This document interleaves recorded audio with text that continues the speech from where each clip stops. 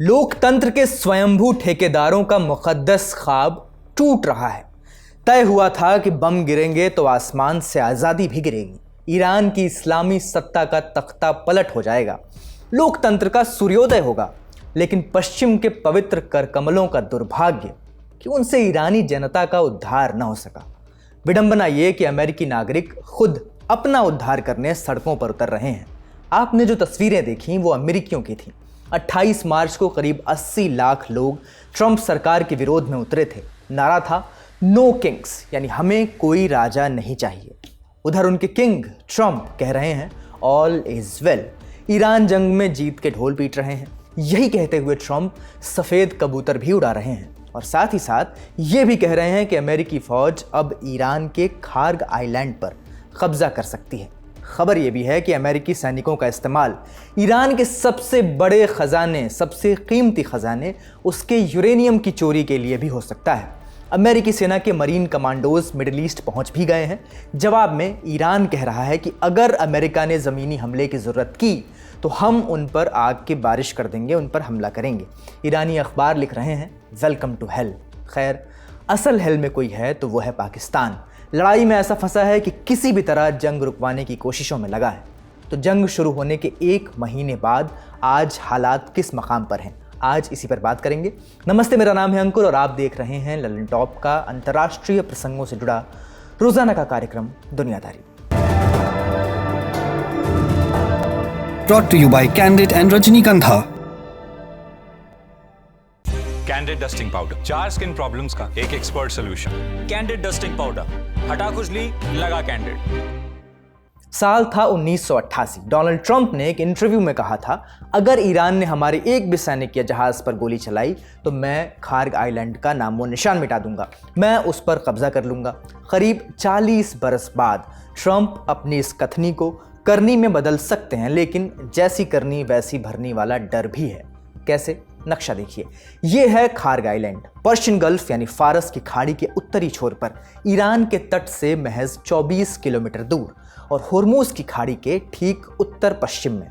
यह जमीन का महज 8 किलोमीटर लंबा टुकड़ा है, लेकिन इसकी हैसियत को आकार से मत नापिए।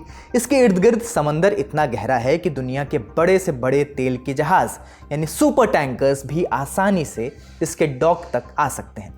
ईरान का 90% कच्चा तेल, क्रूड ऑयल, पूरी दुनिया में यहीं से सप्लाई होता है, यानी ये ईरान की अर्थव्यवस्था की शाह रग है, उसकी लाइफलाइन।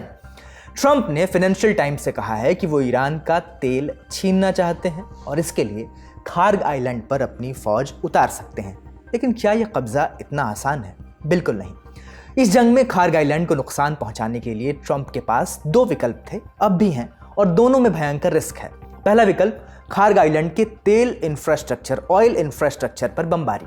इसके कई नुकसान हैं। पहली बात, ईरान उन गिने चुने देशों में से है जिसके जहाज अब भी होर्मुज की खाड़ी से गुजर रहे हैं, यानी उसका तेल अभी भी ग्लोबल मार्केट में पहुंच रहा है।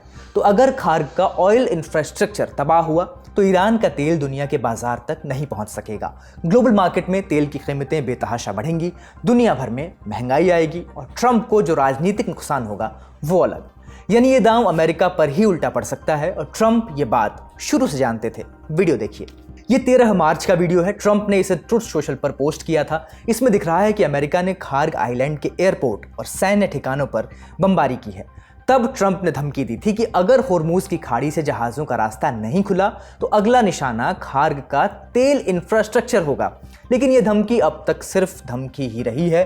खार्ग के ऑयल इंफ्रास्ट्रक्चर पर अब तक अमेरिका ने बमबारी नहीं की है।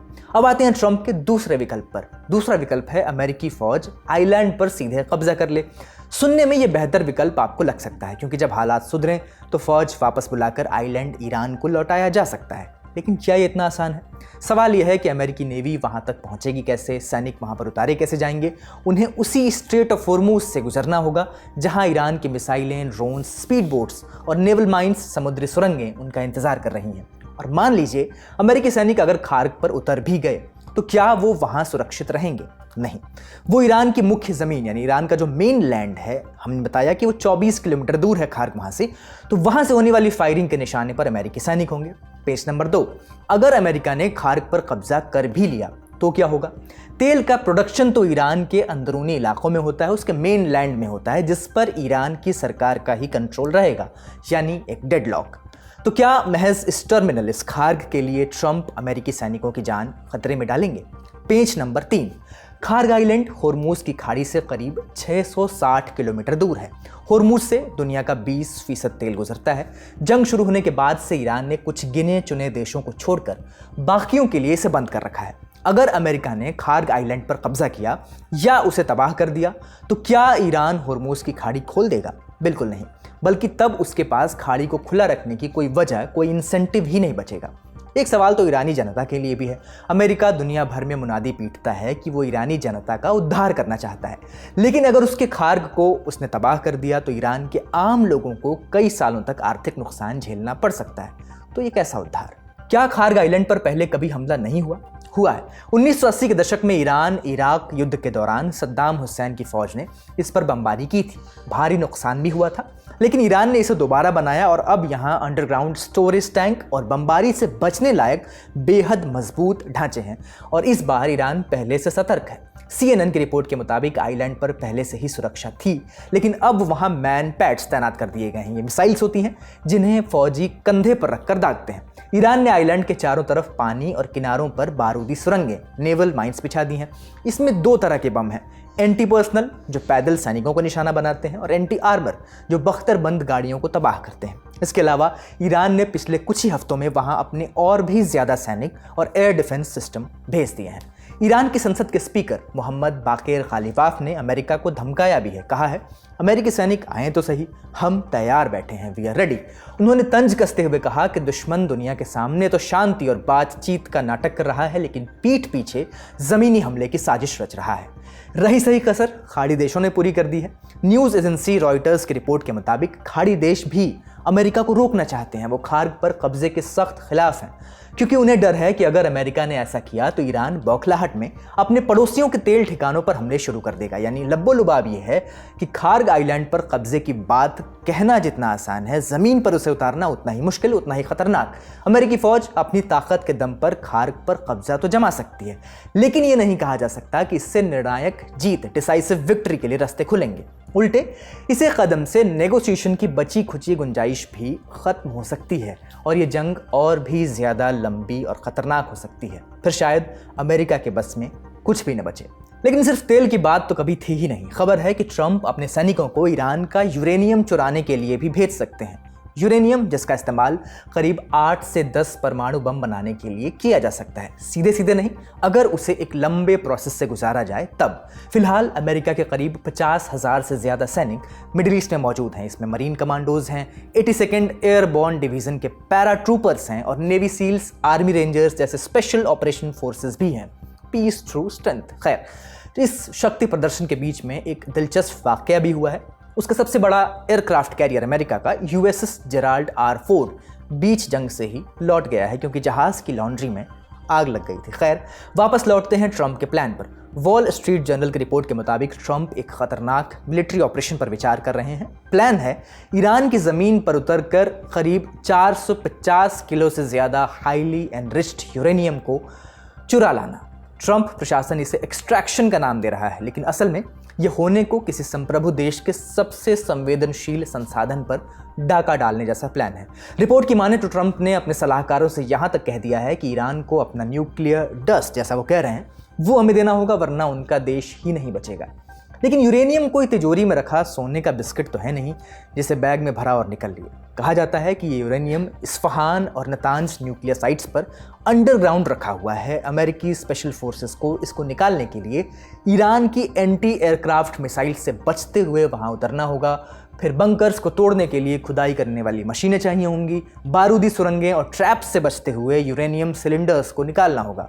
जानकारों का कहना है कि इसके लिए एक जुगाड़ू रनवे, एक मेकशिफ्ट एयर स्ट्रिप भी बनाना पड़ सकता है। डिफेंस एक्सपर्ट्स कह रहे हैं कि इसमें कई दिन या हफ्ते लग सकते हैं। तो क्या अमेरिका ऐसा करेगा? किसी को नहीं पता।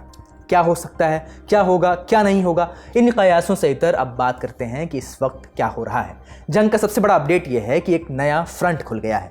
यमन के हूती विद्रोहियों की एंट्री हो चुकी है। ईरान समर्थित हूतियों ने इजराइल पर हमले किए हैं। इसराइल ने कहा है कि हम इस मल्टी फ्रंट जंग के लिए, मल्टी फ्रंट वॉर के लिए पूरी तरह तैयार हैं।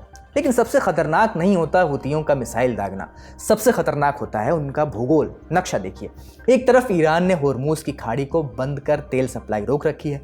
अब अगर हुती यमन के पास मौजूद बाब अल मंदेब स्ट्रेट यानी लाल सागर, रेड सी के रास्ते को भी ब्लॉक कर दें तो क्या होगा? ग्लोबल शिपिंग और सप्लाई चेन की पूरी तरह टूट सकती है। लेकिन क्या हुती वाकई ऐसा करेंगे?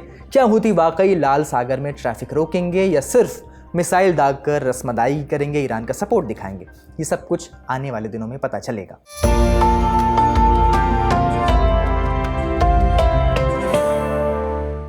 अब जानते हैं कि कूटनीति के मोर्चे पर क्या हो रहा है। कॉमेडी हो रही है। डोनाल्ड ट्रंप ने दावा किया था कि ईरान अमेरिका की 15 पॉइंट वाली जो शर्तें थीं उनमें से ज्यादातर मान चुका है। लेकिन ईरान के विदेश मंत्रालय के प्रवक्ता इस्माइल बागाई ने कहा है कि अमेरिका की मांगें अनरियलिस्टिक हैं, गैर वाजिब हैं और हद से ज़्यादा हैं। ईरान ने कहा है कि अमेरिका के साथ उसकी कोई सीधी बातचीत नहीं हो रही है। जो भी हो रहा है वो सिर्फ बिचौलियों के जरिए हो रहा है। इस बीच पाकिस्तान शांति दूत बनने की जोरदार कोशिश कर रहा है। 29 मार्च को इस्लामाबाद में मिस्र, सऊदी अरब और तुर्की के विदेश मंत्रियों की बैठक बुलाई गई थी। इसके बाद पाकिस्तान के विदेश मंत्री ने कहा कि वो अमेरिका ईरान की बातचीत होस्ट करने को तैयार है। यानी पाकिस्तान अमेरिका ईरान की बातचीत सीधे तौर पर होस्ट करने को तैयार है। लेकिन ईरान ने इस बैठक को ही खारिज कर दिया है। उसने कहा है कि ये उनका अपना बनाया ढांचा है, हम इसका हिस्सा नहीं है। जब बात नहीं बनी तो ट्रंप जैसी बातें करने लगे। ट्रुथ सोशल पर उन्होंने एक लंबी चौड़ी धमकी दी। लिखा, अगर जल्दी कोई डील नहीं हुई और हुर्मुज की खाड़ी को तुरंत ओपन फॉर बिजनेस नहीं किया गया तो हम ईरान के सारे इलेक्ट्रिक पावर प्लांट्स, तेल के कुओं और खार्ग आइलैंड को पूरी तरह मटियामेट कर देंगे। ऑब्लिटरेट जो शब्द उन्होंने हजारों बार इस्तेमाल कर लिया है। इन धमकियों का असर बाजार पर पड़ रहा है। ट्रंप के बयान के तुरंत बाद ही ग्लोबल बेंचमार्क ब्रेंट क्रूड की कीमतें 3.5% का गोता लगाकर $116 प्रति बैरल के पार पहुंच गई हैं। यानी कुल जमा बात यह है कि this war is far from over. बड़ी खबर यहीं तक, अब सुर्खियों की बारी। महीनों से तेल और बिजली का संकट झेल रहे क्यूबा में आखिरकार मदद पहुंची है। अमेरिका ने एक रूसी टैंकर को क्यूबा में तेल सप्लाई करने की इजाजत दे दी है। इसके बाद टैंकर 30 मार्च की शाम को क्यूबा पहुंच गया। ध्यान दीजिएगा, हम यहां पर इजाजत शब्द का इस्तेमाल कर रहे हैं क्योंकि अमेरिका ने क्यूबा पर सैंक्शन और ब्लॉकेड लगा रखा है। इस वजह से वहां तेल नहीं पहुंच पा रहा है। हालात ब्लैकआउट के बन गए हैं। पूरे देश में बिजली का संकट है क्योंकि तेल न होने से देश के पावर प्लांट्स बंद पड़ गए हैं। ऐसे में फिलहाल रूसी तेल के एक टैंकर पहुंचने से कुछ दिन की राहत की उम्मीद की जा सकती है, लेकिन यह कोई परमानेंट सोल्यूशन नहीं है। उधर डोनाल्ड ट्रंप कह रहे हैं कि उन्हें क्यूबा में रूसी तेल के टैंकर पहुंचने से कोई दिक्कत है ही नहीं। तो फिर सवाल यह कि ब्लॉकेड लगाया ही क्यों था अगर दिक्कत ही नहीं थी तो? और ये दिलदारी दिखाते समय ट्रंप ने यह भी कहा कि ईरान के बाद अगला नंबर क्यूबा का है। ट्रंप ने कहा कि क्यूबा एक फेल्ड नेशन है और जल्द ही ढह कर गिर जाएगा। शायद ईरान में मिल रहे शानदार मिलिट्री सक्सेस से ट्रंप का कॉन्फिडेंस काफ़ी बढ़ गया है, इसलिए एक नए देश पर कब्जे की तैयारी कर रहे हैं। अगली खबर पाकिस्तान से। पाकिस्तान ईरान और अमेरिका के बीच पीस टॉक्स कराने का दावा कर रहा है, खुद को शांति का दूत दिखाने की कोशिश कर रहा है, लेकिन अपने ही पड़ोसी देश अफगानिस्तान में लगातार हमले कर रहा है। सिविलियन साइट्स पर हमले कर रहा है, बर्बरता दिखा रहा है, जिनमें निर्दोष और मासूम लोगों की जान जा रही है। 29 मार्च को पाकिस्तान और अफगानिस्तान के बीच बॉर्डर पर फिर से गोलीबारी हुई। अफगान तालिबान के डिप्टी स्पोक्सपर्सन हमदुल्ला फितरत ने दावा किया कि पाकिस्तान ने आम नागरिकों के ठिकानों पर फायरिंग की, जिससे एक व्यक्ति की मौत हो गई और 16 लोग घायल हुए हैं। पाकिस्तान ने इस आरोप को खारिज किया है और कहा है कि उसने केवल अफगानिस्तान की फायरिंग का जवाब दिया है। लेकिन पाकिस्तान ने तो अफगानिस्तान के रिहैब सेंटर पर हमले की बात भी नहीं मानी थी। लेकिन अस्पताल की बर्बादी की तस्वीर पूरी दुनिया ने देखी थी। अफगानिस्तान ने हमले में 400 लोगों के मारे जाने का दावा किया था। भारत ने इस हमले को जनसंहार बताया था। आज का दुनियादारी यहीं समाप्त होता है। अपना और अपनों का ख्याल रखिए। ललन टॉप देखते रहिए। शुक्रिया, शुभ रात्रि।